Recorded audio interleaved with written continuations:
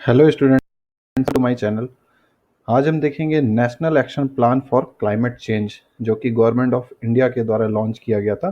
So start करते हैं, जानते हैं इसके बारे में। सो बेसिकली क्लाइमेट चेंज जो हमारा है तो ये एक मोस्ट क्रिटिकल ग्लोबल चैलेंज है आज के समय पे, ठीक है, जिससे हमें निपटना रहता है। तो climate change impact will range from affecting agriculture.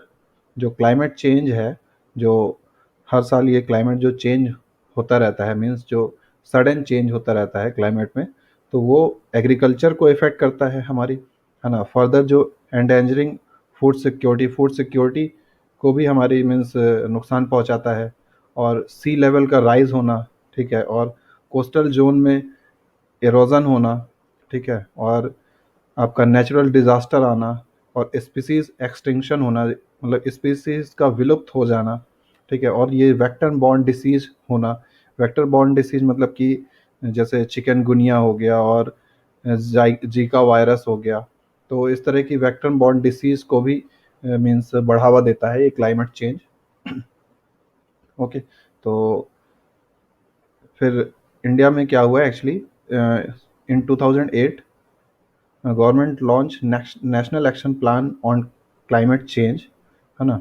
Almost a year after it was announced. तो इसका जो इम्प्लीमेंटेशन हुआ तो ऑलमोस्ट ए ईयर आफ्टर हुआ, एक साल बाद लगभग स्टार्ट हुआ, ठीक है। मतलब इस प्रोग्राम को आने में लगभग एक साल लग गए थे तब के टाइम पे। It aims at creating awareness among the representatives of public, different agencies of the government, scientists, industry, and communities on the threat posed by climate change and the steps to counter it। तो जो इसका main मकसद था कि जो climate change हो रहा है उससे लोगों को जागरूक करना।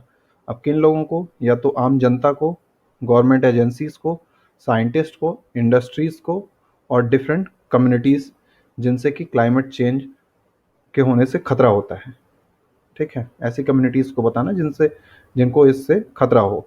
तो इस NAPCC में आपका बेसिकली 8 गोल थे जिनको अचीव करने के लिए हम बाध्य थे। और ये 8 प्लान हमारे जो हैं तो वो कुछ ऐसे हैं, जैसे नेशनल सोलर मिशन इसके अंतर्गत लॉन्च हुआ, national mission for enhanced energy efficiency and national mission on sustainable habitat. Then national water mission भी इसी में था। Then national mission for sustaining the Himalayan ecosystem. Then national mission for a green India. And then national mission for sustainable agriculture. And last था इसमें national mission on strategic knowledge for climate change. So एक एक करके इन सब के बारे में detail से हमें पढ़ना है। सो देखते हैं। सबसे पहला है नेशनल सोलर मिशन। तो ये एक मेजर इनिशिएटिव था गवर्नमेंट के द्वारा, जिसमें कि आपका इकोलॉजिकली सस्टेनेबल ग्रोथ को प्रमोट करने के लिए गवर्नमेंट ऑफ इंडिया ने इस प्रोग्राम को लाया, ठीक है। और इसमें सोलर रिसर्च सेंटर को बढ़ावा देना, उसका इस्टेब्लिशमेंट करना, increase international collaboration on technology development. जो टेक्नोलॉजी का विकास हो रहा है तो उसका इंटरनेशनल मीन्स कोलैबोरेशन करना, मीन्स विभिन्न देशों के साथ कोलैबोरेट करते हुए टेक्नोलॉजी को बढ़ावा देना। Then strengthening the domestic manufacturing capacity, जो हमारी डोमेस्टिक मैन्युफैक्चरिंग कैपेसिटी है उसको बढ़ावा देना। And increased government funding and international support, government funding को भी बढ़ाना और इंटरनेशनल सपोर्ट को भी बढ़ावा देना। ओके, तो ये प्रोग्राम 2010 में लॉन्च हुआ था NAPCC के अंतर्गत। और इसमें लगभग ये कहा गया था कि 2022 तक 20 gigawatt through solar means power से हम जनरेट करेंगे, 20 गीगावाट का। बट 2015 में इसे बढ़ा के 100 गीगावाट कर दिया गया। ओके, एंड ये जो नेशनल सोलर प्लान है हमारा, तो ये ministry of new and renewable energy के अंतर्गत आता है। और इसमें ये कहा गया कि जो 100 वाट है तो वो कैसे अचीव होगा, 60 from large and 40 from medium scale project से हम अचीव करेंगे, ठीक है। और committed to nationally determined contribution, India made a pledge that by 2030, 40% of installed power generation capacity shall be based on clean source. Means 2030 तक हमारी जो भी मीन्स पावर जनरेशन कैपेसिटी होगी तो 40% क्लीन सोर्स से होगी, ये कहा गया इसमें। और अभी का अनुमान ऐसा है कि 2022 तक हम 100 नहीं जबकि 175 आपका रिन्यूएबल एनर्जी कैपेसिटी हम अचीव कर ले जाएंगे। और इस 175 में 100 जो हमारा है तो वो सोलर से रहेगा और 60 विंड से होगा और 10 बायो पावर एंड 5 होगा आपका स्मॉल हाइड्रो पावर के थ्रू जो पावर जनरेशन होगा। ओके, नेक्स्ट है national mission for enhanced energy efficiency. ये एक मार्केट बेस्ड मैकेनिज्म थी जिसमें कि मीन्स आपका क्लीनर फ्यूल्स को बढ़ावा देना, कॉमर्शियली वायबल टेक्नोलॉजी को बढ़ावा देना, कैपेसिटी बिल्डिंग को बढ़ावा देना, जिससे कि मीन्स जो भी आपकी मीन्स भवनों का निर्माण होगा तो वहाँ पे एनर्जी इफिशियंसी का ध्यान रखा जाएगा बेसिकली, इसमें ये कहा गया। The mission document which was approved in 2010 established the immense energy efficiency potential of India which was about 74,000 crores। ये 2010 में इस प्रोग्राम को भी अप्रूव किया गया। इसमें लगभग इस प्रोग्राम की जो लागत का अनुमान लगाया गया था वो 74,000 करोड़ लगभग थी। ठीक है, और जो अभी रिसेंट में वर्ल्ड बैंक ने एक स्टडी की थी तो उसने ऐसा एस्टिमेट लगाया था कि जो इंडिया का एनर्जी इफिशियंसी मार्केट है वो लगभग 1.5 लाख करोड़ है। ओके, और इसके फंक्शन और गोल्स क्या हैं कि spread awareness about the efficacy and efficiency of energy efficient product and create demand.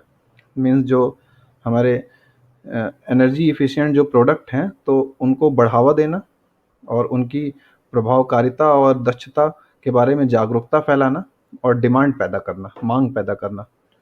Okay, next ensure adequate supply of energy efficient product goods and services by forming a cadre of energy professionals.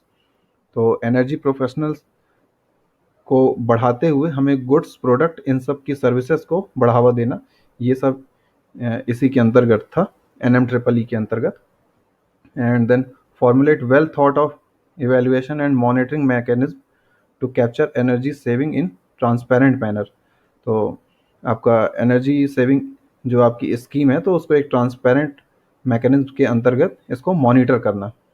ठीक है, इसको मतलब पारदर्शी तरीके से ऊर्जा बचत को देखना। ओके, और जो इसमें की एरिया था वो energy efficiency, equity and environment, इन चारों चीज़ों का ध्यान रखना था।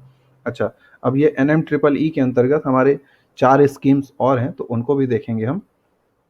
तो सबसे पहला है यहाँ पे परफॉर्मेंस अचीव एंड ट्रेड। इसमें क्या कहा गया कि assigning energy reduction target to large energy intensive industries and distributing energy saving certificate on achievement of the target. These ES cert can then be traded। Means energy reduction का target देना जो कि बड़े आपकी इंडस्ट्री हैं, है ना, या डिस्ट्रीब्यूटिंग मीन्स जो बड़ी आपकी एनर्जी है उनको बेसिकली एक टारगेट देना कि आप अपना एनर्जी का यूज है उसको कम करो और उसके बाद उनको सर्टिफिकेट का डिस्ट्रीब्यूशन करना, और ये सर्टिफिकेट फर्दर मीन्स ट्रेड भी किए जा सकते थे। जैसे एनर्जी सेविंग सर्टिफिकेट अगर किसी ने पा लिया कि हाँ इसने इतना एनर्जी मीन्स वही जैसे कार्बन क्रेडिट का कॉन्सेप्ट था कि अगर ये मीन्स उसका क्रेडिट अगर जैसे कार्बन क्रेडिट में मैंने बताया था, अगर आप मेरा पिछला वीडियो देखे होगे तो कार्बन क्रेडिट में भी मैंने ये बताया था कि अगर कुछ क्रेडिट बच जाते हैं तो फर्दर किसी दूसरी कंपनी को सेल कर सकते हैं। इसी तरह जितना इन्होंने एनर्जी सेविंग का टारगेट लिया है अगर उससे कम मीन्स इन्होंने पॉल्यूट किया है तो बचा हुआ जो है क्रेडिट तो उसको ये फर्दर सेल कर सकते हैं। ठीक है, इसमें ये कहा गया परफॉर्मेंस को अचीव करना और ट्रेड करना। देन नेक्स्ट है market transformation for energy efficiency. इसमें क्या कहा गया कि promoting adoption of energy efficient equipment and appliances through innovative business model. Means हमको ऐसी मीन्स नई बिजनेस मॉडल को अडॉप्ट करना है जिसमें कि एनर्जी इफिशिएंट इक्विपमेंट हो और अप्लायंसेस का यूज हो जिसमें एनर्जी का कंजम्पशन कम हो। Programme that were developed under this scheme, अब जो जो प्रोग्राम इसके अंतर्गत आए, तो पहला तो जैसे उजाला, जो Unnat Jeevan by affordable LEDs for all, तो मीन्स उजाला में जैसे जो एलईडी बल्ब बेचना कुछ समय पहले शुरू हुए थे ना, जो एलईडी का मीन्स जो ट्रांसफॉर्मेशन था हमारा सीएफएल से एलईडी का, तो वो उजाला स्कीम के तहत ही था। तभी हर घर में लगभग एलईडी आ गई थी। सबसे पहले येलो बल्ब थे, फिर सीएफएल था, और उसके बाद एलईडी आई, तो एलईडी हमारी उजाला स्कीम के तहत आई। देन इसमें आगे क्या है, super efficient equipment programme SEEP. Under this programme the manufacturers are incentivized by government to elevate the efficiency standard of equipment। तो इस प्रोग्राम में ऐसा कहा गया कि गवर्नमेंट इंसेंटिव देगी, जो भी मीन्स इक्विपमेंट बनाए गए एनर्जी सेविंग वाले, तो उनको इंसेंटिव दिया जाएगा, बेसिकली ये कहा गया। नेक्स्ट है इसी के अंतर्गत आपका एनर्जी इफिशिएंसी फाइनेंसिंग प्लेटफॉर्म। तो फाइनेंसिंग प्लेटफॉर्म से आप समझ ही रहे हो कि मीन्स उनको बढ़ावा देना, जो कंपनियां इस इक्विपमेंट को बढ़ा रही हैं तो उनको फाइनेंशियल सपोर्ट प्रोवाइड करना। ठीक है, the triple E P initiative is intended towards catalysing the finances for the energy efficiency sector bye addressing the barrier and the challenges in market development and project implementation. तो इसमें ये कहा गया कि जो भी मार्केट के डेवलपमेंट में या एनर्जी सेविंग आपका जो प्रोग्राम है, उस प्रोजेक्ट के इम्प्लीमेंटेशन में जो भी आपके बैरियर होंगे, जो भी रुकावट होगी या जो भी चैलेंजेस होंगे, तो उनको ओवरकम करना। ठीक है, और इसमें ये भी कहा गया कि इसमें एक ऐसा प्लेटफॉर्म प्रोवाइड किया जाएगा जो फाइनेंशियल इंस्टीट्यूशन और इन्वेस्टर और प्रोजेक्ट डेवलपर्स हैं जो, तो उनको means to increase their confidence in support energy conservation and efficiency project. मतलब इनको कॉन्फिडेंस में लेके हमको इनसे काम लेना है बेसिकली, और फाइनेंशियल इंस्टीट्यूशन और इन्वेस्टर और प्रोजेक्ट डेवलपर्स जो भी हैं, तो इनको साथ में लेके हमको काम करना है ना। और फाइनेंशियल इंस्टीट्यूशन की ज़रूरत तब होगी जब कोई भी प्रोग्राम हम लॉन्च कर रहे हैं, तो हमें फाइनेंशियली सपोर्ट की ज़रूरत होगी, पैसों की ज़रूरत होगी, तो हमको इनको साथ में लेके और इनमें आत्मविश्वास जगाते हुए काम करना है। ये इस प्रोग्राम के तहत कहा गया। नेक्स्ट और लास्ट है इसी के अंतर्गत, framework for energy efficiency economic development, promoting energy efficiency initiative by hedging against investment risk. तो जो भी आपके फाइनेंशियल इंस्टीट्यूशन हैं, तो मीन्स उनको जोखिमों से बचाना। ठीक है, और जोखिमों से बचाते हुए मतलब अपना काम निकालना, कुल मिला के ऐसा है। तो partial risk guarantee fund for energy efficiency, इसमें पार्शियल रिस्क जो है तो वो गवर्नमेंट मीन्स देखेगी।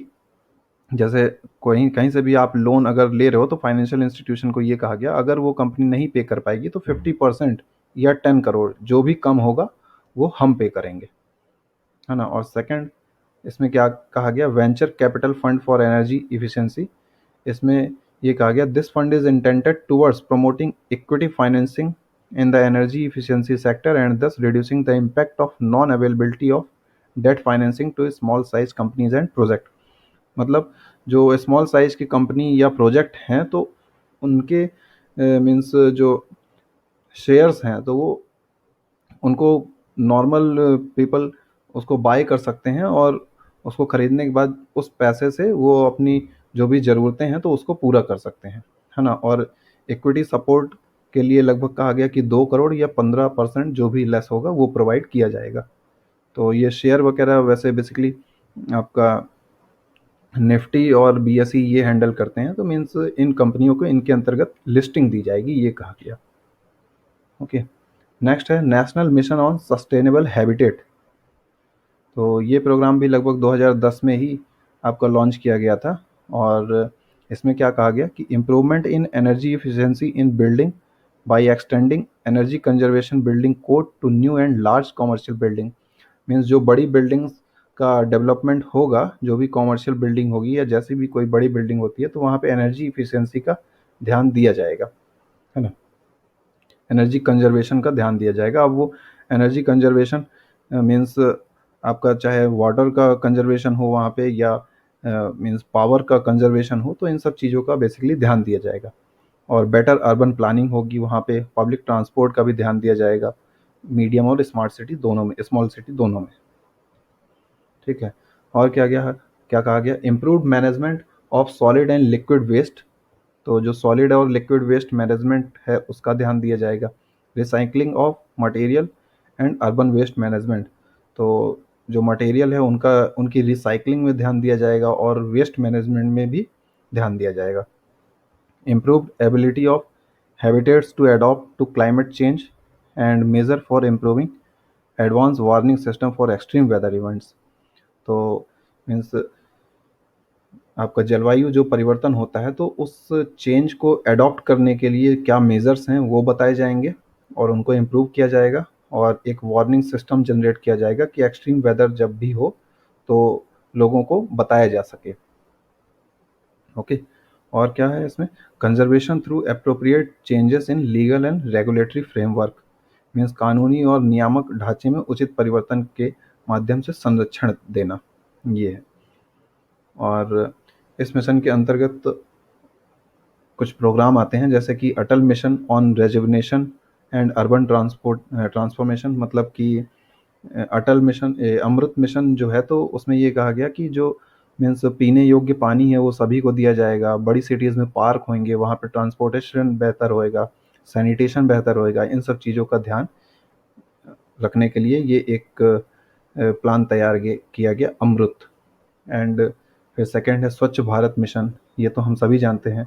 फिर स्मार्ट सिटीज़ मिशन, जो स्मार्ट सिटीज़ का प्रोग्राम था जो फ़िलहाल अभी हॉल्ट हो गया है ड्यू टू कोविड, तो ये प्रोग्राम भी इसी के अंतर्गत था आपका, है ना। और फिर नेक्स्ट है अर्बन ट्रांसपोर्ट प्रोग्राम आपका, ये भी इसी के अंतर्गत था। नेक्स्ट है नेशनल वाटर मिशन। तो नेशनल वाटर मिशन जो है तो आपका ministry of water resource, river development and Ganga rejuvenation के द्वारा कंट्रोल किया जाता है, उसके द्वारा गवर्न किया जाता है। ये क्या इंश्योर करता है कि बेटर वाटर रिसोर्स मैनेजमेंट होना चाहिए और वाटर कंजर्वेशन अच्छा होना चाहिए, लेस वेस्टेज होना चाहिए और equitable distribution forming better policies. तो अच्छी पॉलिसीज़ का मीन्स अच्छी पॉलिसीज़ का फॉर्मेशन करके हम इन सब चीज़ों को अचीव कर सकते हैं। Looks into the issue of ground water and surface water management. जो ग्राउंड वाटर और सरफेस वाटर मैनेजमेंट है उनके इश्यूज़ को देखना और domestic and industrial water management को बढ़ावा देना, इम्प्रूवमेंट ऑफ स्टोरेज कैपेसिटी, जो वाटर स्टोरेज कैपेसिटी है उनको इम्प्रूव करना, है ना। और प्रोटेक्शन ऑफ वेटलैंड का प्रोटेक्शन करना। तो इस मिशन के जो एम्स थे तो increase water use efficiency bye 20%। जो आपका वाटर यूज करने का जो तरीका है उसकी जो एफिशिएंसी है उसको लगभग 20% तक इंक्रीज करना। Ensure that considerable share of water needs of urban areas are met through recycling। Means जो अर्बन एरिया में जो वाटर की नीड है वो लगभग आपका रिसाइकलिंग प्रोसेस से पूरी होए, है ना। मीन्स नए पानी की ज़रूरत ना हो, जो हम यूज करें उसी को रिसाइकल करके वापस से यूज करें। तो ऐसी एक प्रोसेस होना चाहिए अर्बन सिटीज़ में, शहरी क्षेत्रों में। Next, ensure that the water requirement of coastal cities are met through modern desalination technology। Means जो कोस्टल सिटीज़ हैं वहाँ पे जो पानी की ज़रूरतें हैं तो वो डेसलिनेशन टेक्नोलॉजी के थ्रू कंप्लीट हो। अब ये डेसलिनेशन टेक्नोलॉजी मीन्स जो आपका फिल्टर्ड मेथड, बेसिकली जैसे जो घरों में आरओ लगा होता है तो इसी तरह की एक टेक्नोलॉजी है ये।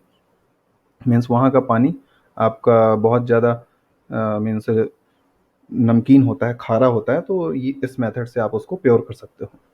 Then ensure basin level management strategies by working with states to deal with variability in rainfall.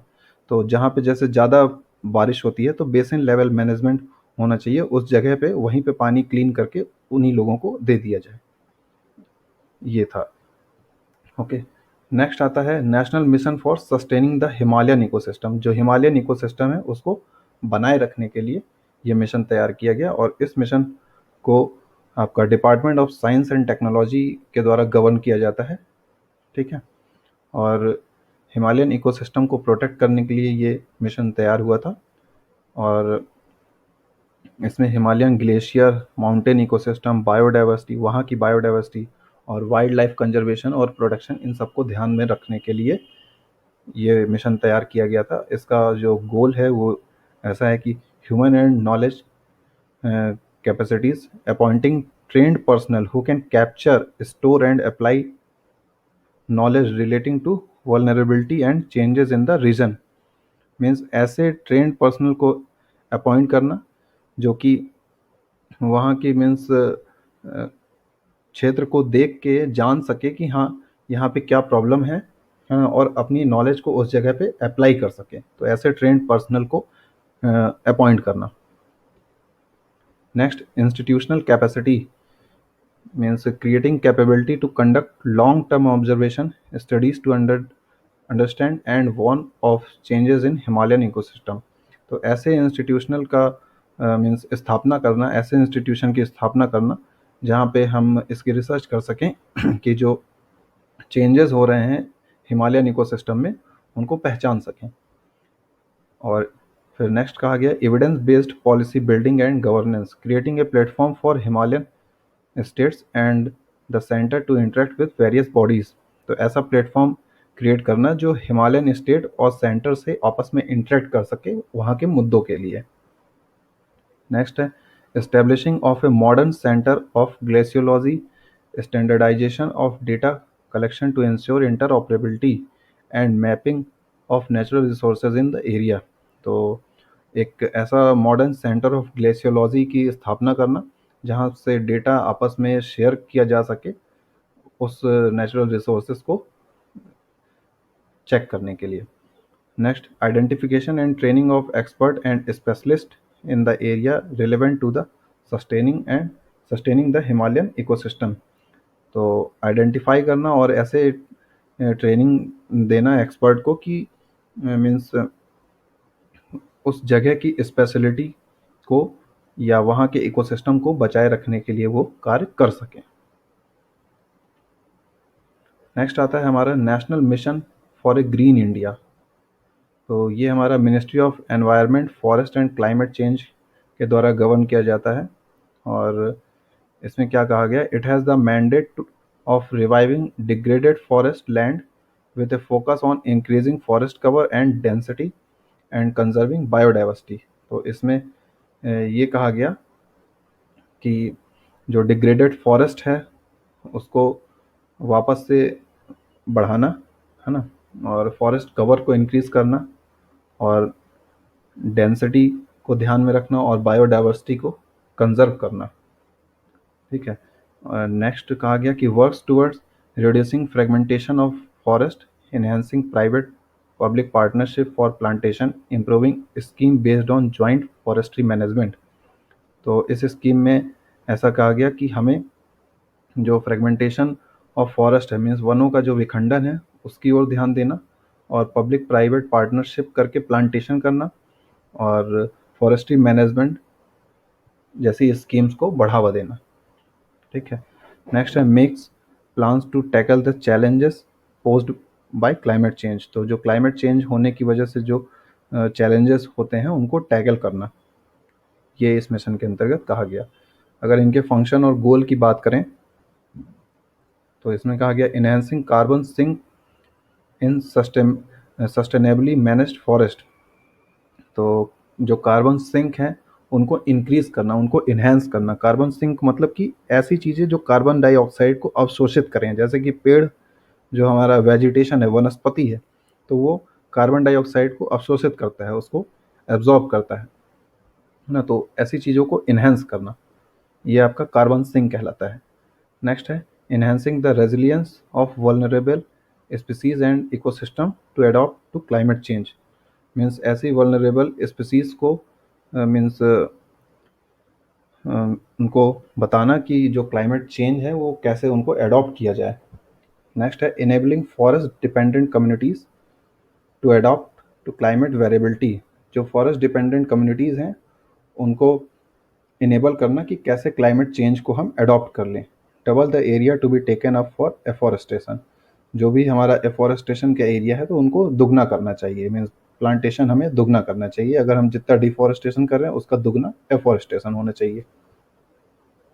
Increase green house gas removals by Indian forest, तो ग्रीन हाउस गैस रिमूवल आपका प्लान होना चाहिए इस मिशन के अंतर्गत, ये कहा गया। मीन्स ऐसा प्लान हमें बनाना चाहिए जिससे कि ग्रीन हाउस गैसों को कम किया जा सके। नेक्स्ट आता है national mission for sustainable agriculture. ये प्लान हमारा मिनिस्ट्री ऑफ एग्रीकल्चर के अंतर्गत आता है। इसको मिनिस्ट्री ऑफ एग्रीकल्चर देखता है। It works towards devising strategies to make Indian agriculture less susceptible to climate change। Means लोगों को या जो भारतीय कृषि की जो परंपरा है तो उनको जागरूक करना कि क्लाइमेट चेंज से कैसे बचा जा सके और बेहतर खेती किया जा सके। It would identify and develop new crop varieties use traditional and modern agriculture technique. तो इसमें ये बताया गया कि हमें न्यू क्रॉप वेराइटीज़ पे ध्यान देना होगा और हमें मॉडर्न एग्रीकल्चर टेक्निक का इस्तेमाल करना पड़ेगा। This mission sees dry land agriculture, जो शुष्क भूमि है तो उनकी तरफ ध्यान देना, रिस्क मैनेजमेंट की तरफ ध्यान देना, access to information and use of biotechnology as areas of intervention. तो जो एक्सेस मतलब जो इन्फॉर्मेशन है उनको एक्सेस करना, मीन्स जो एग्रीकल्चर से रिलेटेड जो इन्फॉर्मेशन है उनको एक्सेस करना और बायोटेक्नोलॉजी का यूज करके हमें खेती को बढ़ावा देना। ठीक है, तो इसमें अगर ऑब्जेक्टिव की बात करें तो to make agriculture more productive, sustainable, remunerative and climate resilient by promoting location specific integrated composite farming system. तो इसमें ये कहा गया कि जो खेती है तो उसको ज़्यादा प्रोडक्टिव बनाना, सस्टेनेबल बनाना मतलब टिकाऊ बनाना, और रिम्यूनरेटिव मतलब लाभकारी, और क्लाइमेट रेजिलिएंट मतलब जलवायु अनुकूल बनाना होगा। To conserve natural resource through appropriate soil and moisture conservation measure. तो जो हमारे नेचुरल रिसोर्स हैं तो उनको मीन्स कंजर्व करना, जैसे कि अप्रोप्रिएट सॉइल और मॉइस्चर कंजर्वेशन मेजर का उपयोग करके। नेक्स्ट कहा गया to adopt comprehensive soil health management practice based on soil fertility maps. Means जो हमारी सॉइल है तो उसकी कैसे रक्षा की जाए, तो सॉइल हेल्थ मैनेजमेंट प्रैक्टिस हमें अपनाना होगा। जैसे सॉइल फर्टिलिटी मैप्स हो गया, सॉइल टेस्ट आपका होना चाहिए। जैसे आप खेती करो तो उससे पहले वहाँ की सॉइल का टेस्ट करना चाहिए कि वो मिट्टी कितनी उपजाऊ है, वो मैक्रो और माइक्रो न्यूट्रिएंट उनके चेक करते हुए, है ना।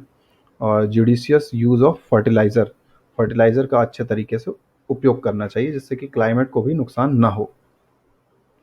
Strategize to evolve low input agriculture with enhanced water and nitrogen efficient crops।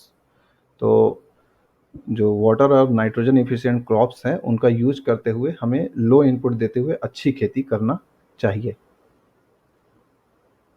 Next और लास्ट है ये national mission on strategic knowledge for climate change. ये हमारा department of science and technology के द्वारा ही इसको भी मीन्स गवर्न किया जाता है। It identifies challenges and requisite response to climate change। This will be done through open international collaboration and would ensure sufficient funding for this research। तो ये जलवायु परिवर्तन में जो चुनौतियां हैं तो उनकी पहचान करना बेसिकली, और उनकी जो रिक्विजिट रिस्पॉन्स है, जो अपेक्षित प्रतिक्रिया हैं उनकी भी पहचान करना, और इंटरनेशनल लेवल पे कोलाबरेट करते हुए इस जगह पे रिसर्च मतलब इस क्षेत्र की ओर रिसर्च को बढ़ावा देना बेसिकली, है ना। जो क्लाइमेट चेंज के जो चैलेंजेस हैं तो उनकी तरफ रिसर्च को बढ़ावा देना, ये कहा गया इसमें। There is a need for strong strategic knowledge system on climate change. एक स्ट्रॉन्ग स्ट्रेटजिक नॉलेज की ज़रूरत होगी हमें क्लाइमेट चेंज को समझने के लिए।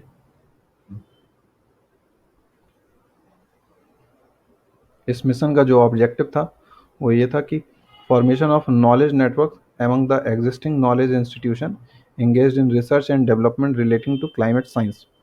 तो एक ऐसे नॉलेज नेटवर्क का मीन्स स्थापना करना जो कि इस और रिसर्च और डेवलपमेंट को ध्यान दे और क्लाइमेट साइंस को समझ सके।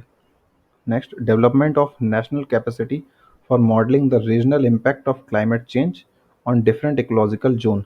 मीन्स जो इंडिया में डिफरेंट इकोलॉजिकल जोन है, तो एक ऐसा नेशनल कैपेसिटी हमें तैयार करना होगा, ऐसा मॉडल तैयार करना होगा जो कि इन सभी चेंजेस को समझ सकें। ठीक है। और establishing research network and encouraging research in the area of climate change impact on important socio economic sector like agriculture, health, natural ecosystem, biodiversity, coastal zone etcetera. एक ऐसा रिसर्च नेटवर्क इस्टेब्लिश करना जो कि सोशियो इकोनॉमिक सेक्टर जैसे कि agriculture, health और आपका natural ecosystem, biodiversity, coastal zones, इन सब को ध्यान में रख के इनकी सुरक्षा कर सके या इनको सुरक्षा प्रदान कर सके। ये इस मिशन के ऑब्जेक्टिव्स थे। Okay, thank you. तो ये था आपका ओवरऑल NAPCC।